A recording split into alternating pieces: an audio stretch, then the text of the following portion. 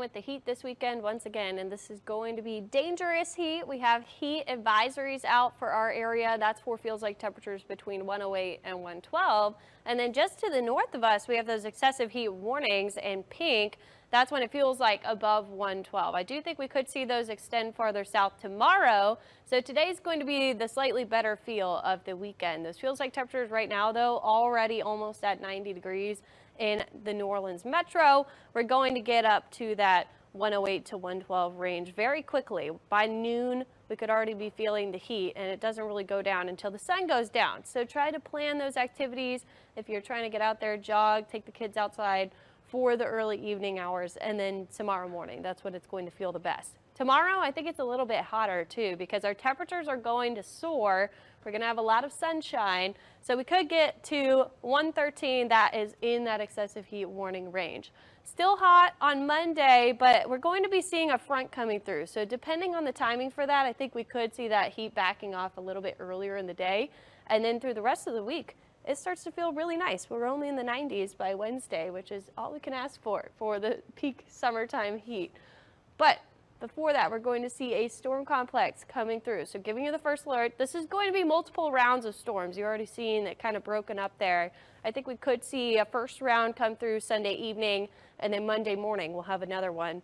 That's driven by that cold front, and it will leave behind some drier air. So right now on water vapor, you can see this counterclockwise spin that's up across the Midwest. It's dragging that front down. And we're also seeing storms that have been traveling around this area of high pressure. That's this clockwise spin that's to the west of us. So they travel between the low and the high, and that path is directly over us. So you can already see some severe thunderstorm warnings there in Oklahoma and Arkansas. Eventually, we're going to see those waves of energy coming down from the north. So that'll be mainly Sunday into Monday. But notice this dry air here that starts to push in by Tuesday, Wednesday, those lower dew points. That'll feel really good. We'll have a break from the heat. So today we could see a couple of pop-up showers and a storm or two. I think one of these could be on the stronger side, especially with that frequent lightning. So that's something to watch on the weather app. You can get those notifications.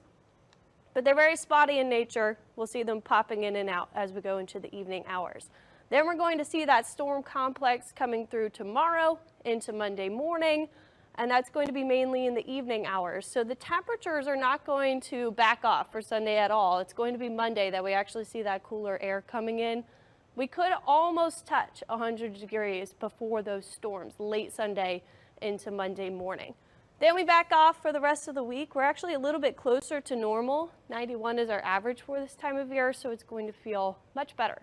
And we will be dealing with maybe those storms on the commute on Monday, but not much after that in the way of rainfall. Looking at the tropics, we have Hurricane Ernesto just made landfall in Bermuda, that small island out there in the Atlantic, as a Category 1 hurricane. It did weaken a little bit. You can see it's very lopsided. It's dealing with a lot of shear out there, 85-mile-per-hour winds, and it has slowed down. It's going to stay a Category 1 hurricane. We still could see some re-strengthening because that shear is going to move out, so it's not going to be battling as much, but no land interactions until it gets up here to the Canadian Maritime. So that's the good news. We're not seeing much for the East Coast, and we have nothing else out there. That's the